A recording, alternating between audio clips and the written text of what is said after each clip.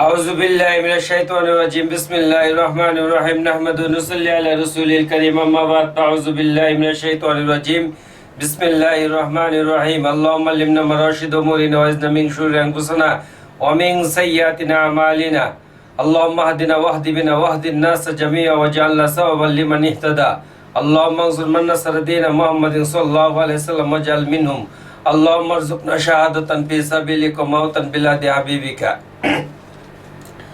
আজকে তারিখ হচ্ছে 7 তারিখ এপ্রিল মাস 2025 সাল। আল্লাহ সুবহানাহু ওয়া তাআলা দরবারে লক্ষ লক্ষ শুকরিয়া আদায় করি যে আল্লাহ সুবহানাহু ওয়া তাআলা আমাকে সুস্থ রাখছেন এবং কথা বলার মতো তৌফিক দান করছেন, দেখার মতন তো শক্তি দান করছেন।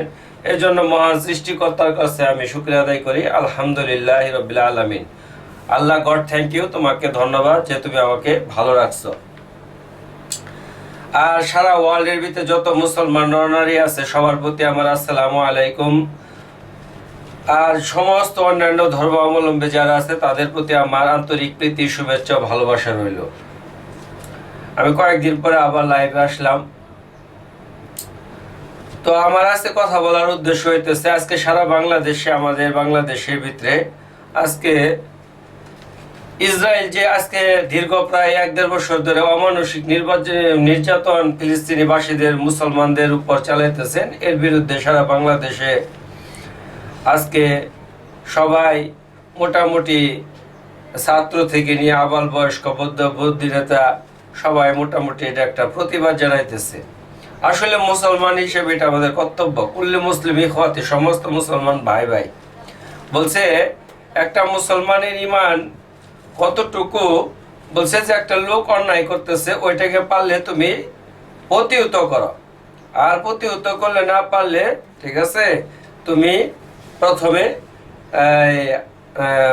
শক্তি দ্বারাই করবা, তারপরে মুখের দ্বারা করবা, তারপর যদি না পারো আল্লাহ তাআলা বলছেন আদফুল ঈমান, তোমার ঈমানটা খুব নিম্ন স্তরের ঈমান, তুমি মনে মনে ঘৃণা করবা। তো যেহেতু আমাদের এখন যে অবস্থা, আমাদের এখন এই তাদের জন্য দোয়া করা ছাড়া আর বিকল্প কোনো রাস্তা নাই। আর আল্লাহ তাআলার কাছে ফরিয়াদ জানানো এবং সবার যেখান থেকে করতেছে কেনা বা বিশ্ব মিডিয়ার ভিতরে যে কোনো যেভাবেই করতেছে, এটা সারা বিশ্বের ওয়ার্ল্ডের সমস্ত অন্যান্য ধর্মাবলম্বী যারা আছে তারা ওই জিনিসটা দেখতেছে এবং তারাও এটা বলতেছে যে এটা ঠিক না। কারণ ফিলিস্তিনের যে মুসলমানরা তারা এটা তাদেরকে আশ্রয় দিচ্ছে, আশ্রয় প্রশ্রয় দেওয়ার কারণে আজকে তারাই তাদেরকে ওই জায়গা থেকে উচ্ছেদ করতেছে। এইখানে আজকে তাদের পাশের দেশ আছে, লেবানন আছে, জর্দান আছে, আরো অনেক কান্ট্রিগুলা দেশ আছে, কিন্তু তারা আরো নীরব ভূমিকা পালন করতেছে। কিন্তু আমরা বাংলাদেশের মুসলমান অত্যন্ত আবেগপ্রবণ এবং অত্যন্ত তারা ধর্মভীরু এবং অত্যন্ত ধর্মপরায়ণ। এর জন্য বাংলাদেশের মুসলমানরা সবসময় অত্যন্ত আল্লাহর প্রতি অত্যন্ত ভীতিকর, তারা আল্লাহ তাআলাকে অনেক ভয় করে।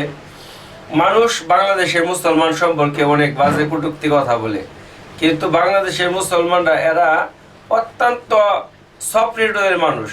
যে কোনো দেশে আপনি যাবেন, বাংলাদেশের মানুষ এক মুসলমান আর এক মুসলমানকে, যারা এই বাংলাদেশে আসছে তাদের প্রতি যে পরিমাণ সম্মান প্রদর্শন করা হয়েছে, এটা অন্য কোনো রাষ্ট্রের অন্য কোনো মেহমানরে এটা কোনো রাষ্ট্রে করে না, যেটা বাংলাদেশের মানুষ করে। কারণ বাংলাদেশের মানুষ অত্যন্ত কোমল হৃদয়ের মানুষ। আর বেশ করে আল্লাহ রসুলের কথা শুনলে তাদের চোখ দিয়ে পানি আসে এবং আল্লাহ রসুলকে তারা মন থেকে ভালোবাসে। এবং কোনো মুসলমান ভাই যদি তারা অন্য মানুষের দ্বারা যদি হেনস্থ হয়, নির্যাতনের শিকার হয়, তাদের জন্য তারা সবসময় কথা বলে। এটা মুসলমানদের, বিশেষ করে বাংলাদেশের মুসলমানদের ভিতরে একটা স্বভাব। যাই হোক, এর জন্য আমি আমার পক্ষ থেকে দুঃখ প্রকাশ করতেছি যে এইভাবে একটা জাতিকে, একটা গোষ্ঠীকে তারা একবারে নিরপরাধ, যাদের কোনো হাতে কোনো খাবার নাই, তাদের কাছে কোনো ধরনের বড় কোনো সরঞ্জাম নাই, তাদেরকে এইভাবে মেরে ফেলা, এটা তো আসলে একটা মানুষকে, নিরাপদ মানুষকে হত্যা করা মানে কি পুরো জাতিটাকে হত্যা করা। সেই জন্য এর জন্য আমরা সবাই এর জন্য মন থেকে ঘৃণা করব এবং ফিলিস্তিনি প্রত্যেকটা মুসলমানের জন্য আমরা দোয়া করব। আল্লাহ তাআলা তুমি তাদেরকে হেফাজত করো, আসমানের নিচে জমিনের উপরে ডাইনে বামে, আল্লাহ তুমি ছাড়া তাদের কেউ নাই। তারা ছোট ছোট বাচ্চারা, তারা তাদেরকে আশ্রয়ের জন্য যে জায়গাগুলো দিছে ওই জায়গার ভিতরেও তারা হামলা করে। এর চেয়ে দুঃখ এবং ন্যাক্কারজনক কোনো ঘটনা হইতে পারে না। বিশ্ব মানবাধিকার সংস্থা আজকে তারা কোথায়? তারা এই বিষয় নিয়ে কেন সোচ্চার হয় না? তারা এই বিষয় নিয়ে তারা জরুরি কেন মিটিং ডাকে না? এই বিষয় নিয়ে তাদের জরুরি মিটিং ডাকা দরকার, জরুরিভাবে তাদেরকে ত্রাণ সহায়তা দরকার এবং জরুরি ভিত্তিতে তাদের বাড়ি ঘরে ফিরে যাওয়ার জন্য যে সমস্ত আয়োজন করা দরকার এগুলো করা দরকার। এটা অত্যন্ত দুঃখজনক বিষয় এবং অত্যন্ত নিন্দনীয় বিষয়। এজন্য আসলে আল্লাহ পাক তাদের দ্বারা কি চাইতেছে আল্লাহ পাকই ভালো জানে, কারণ আল্লাহ তাআলা ফিউচার সম্পর্কে এক আল্লাহ ছাড়া কেউ জানে না। সেই জন্য আল্লাহ পাকই ভালো জানে যে আসলে তাদের ভবিষ্যৎটা কি, তাদের ভবিষ্যৎটা কি হইতে পারে আল্লাহ পাকই ভালো জানে। তবে আমরা মুসলমান হিসেবে এরকম কষ্ট আমাদের কাছে অত্যন্ত দুঃখজনক। যাই হোক, আমরা সারা ওয়ার্ল্ডের ভিতরে যে যেখান থেকে আমরা আমার এই ভিডিওকে দেখতেছি, আমরা আপাতত কিছু না করতে পারি তাদের জন্য দোয়া করি যে আল্লাহ তুমি তাদেরকে সাহায্য করো, তুমি তাদেরকে তোমার কুদরত দ্বারা সাহায্য করো। এমন এক সময় আসবে, আল্লাহ রসুলের হাদিস, আল্লাহ রসুল সাল্লাল্লাহু আলাইহি ওয়াসাল্লাম বলে গেছে যে পাথর বলবে এবং সাজারুন গাছ, এই গাছ কথা বলবো আমার পিছনে ইহুদি আছে, তোমরা হত্যা করো। এটা ঘটবে আর এর মাধ্যমে পুরা ইহুদি জাতিকে নিষ্পেষিত করে দেওয়া হবে, এই শুধু এই ফিলিস্তিনি মুসলমানদেরকে অত্যাচার করার কারণে। তো যাই হোক, আমরা আজকে তাদের জন্য দোয়া করি, আমরা দোয়া করি আল্লাহ তাআলা। তারাও বুঝতেছে না, যেহেতু তাদের ইহুদিদের ভিতরে দুইটা গ্রুপ আছে। একটা গ্রুপ যেটা প্রকৃত তাদের উপরে যে মুসা আলাইহিস সালামের যে কিতাব নাজিল হয়েছিল, ওই কিতাবের ভিতরে যেটা সত্যবাণী, তারাকে ওইটাকে ধরে রাখছে এবং তারা ওইটাকে বিশ্বাস করে। তারা আহলে কিতাব ওই প্রাপ্ত যারা, তারা এই জিনিসগুলোকে তারা ওইটা মাইনে নেয়। এই জন্য তাদের উপরে ওই দেশের সরকার, এই বর্তমান যে আছে বিনিয়ামিন নেতানিয়াহু, তার আগের সরকার তাদেরকে বিশাল মানসিক টর্চারিং করে। কারণ তারা এই সত্যটা জানে যে ইব্রাহিম আলাইহিস সালামের দুই স্ত্রী ছিল। একটা ছিল এক স্ত্রীর নাম ছিল মা হাজার রাদিয়াল্লাহু তাআলা আনহু, আর হাজার রাদিয়াল্লাহু তাআলা আনহুকে মক্কা রাইখা আসলো। আর মক্কা রাইখা আসার পরে সেখানে জনমানবহীন শূন্য জায়গার ভিতরে আল্লাহ তাআলার নির্দেশে রেখে আসছে। এই জন্য ওখানে এই যে জমজম কূপ হয়েছে, এটা পানির জন্য মা হাজার আলাইহিস সালাম সাফা মারোয়া যখন দৌড়াদৌড়ি করতেছিল, তখন ওখানে ইসমাইল আলাইহিস সালামের লাথি ওখানে কুয়া পানি ফোয়া আসলো। আর পানি দেখে যাযাবররা তারা ওখানে বললো যে আমরা এখান থেকে পানি দিতে চাই।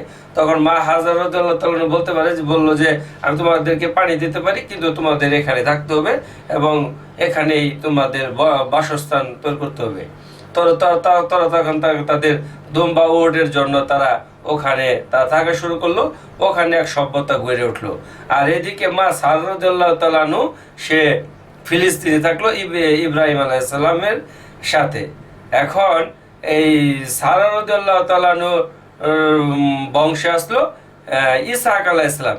ইসহাক আলাইহিস সালামের আরেক পুত্র নাম ছিল ইয়াকুব আলাইহিস সালাম। ইয়াকুব আলাইহিস সালামের আরেক নাম ছিল ইহুদি।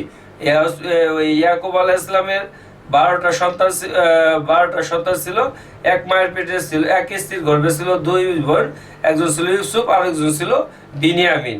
আরেক মায়ের পেটে ছিল 10 জন। ওখান থেকে ওই ইহুদি বংশের উৎপত্তি হয়। কিন্তু ওরা এটা কখনোই মেনে নিতে পারে নাই যে কি করে কয় মা সারা রাদিয়াল্লাহু তাআলা আনহু ছিল বাদশার মেয়ে, আর হাজারা হইতেছে সারা রাদিয়াল্লাহু তাআলা আনহুর দাসী ছিল। কিন্তু এক সময় যখন ইব্রাহিম আলাইহিস সালামের বাচ্চা হয় না, তখন সারা রাদিয়াল্লাহু তাআলা আনহু হাজার রাদিয়াল্লাহু তাআলা আনহুকে দিয়ে তার প্রথম স্ত্রী ওই বাদিরে দিয়ে বিয়ে করাই দেয়। কিন্তু ইহুদিদের ভিতরে একটা বিদ্বেষ কাজ করছে যে শ্রেষ্ঠ মহামানব সে আমাদের বংশে আসবে। কিন্তু তারা যখন নবী মুহাম্মদ সাল্লাল্লাহু আলাইহি ওয়াসাল্লাম মক্কা থেকে এই হিজরত করে মদিনায় গেল, তখন কিন্তু আহলান সাহলান তলাল বদ্র আলাইনা ওয়াজাবা শুক্র আলাইনা এই কথাটা কিন্তু ইহুদিরাই বলছিল, আর ইহুদিরাই ওয়েলকাম জানাইছে। কিন্তু ওই এক সময় ইহুদিরা রাসূলুল্লাহ সাল্লাল্লাহু আলাইহি ওয়াসাল্লামের সাথে যারা হিজরত করছিল তাদেরকে সবাইকে তারা সর্ব ধরনের ফেসিলিটি দিয়েছে।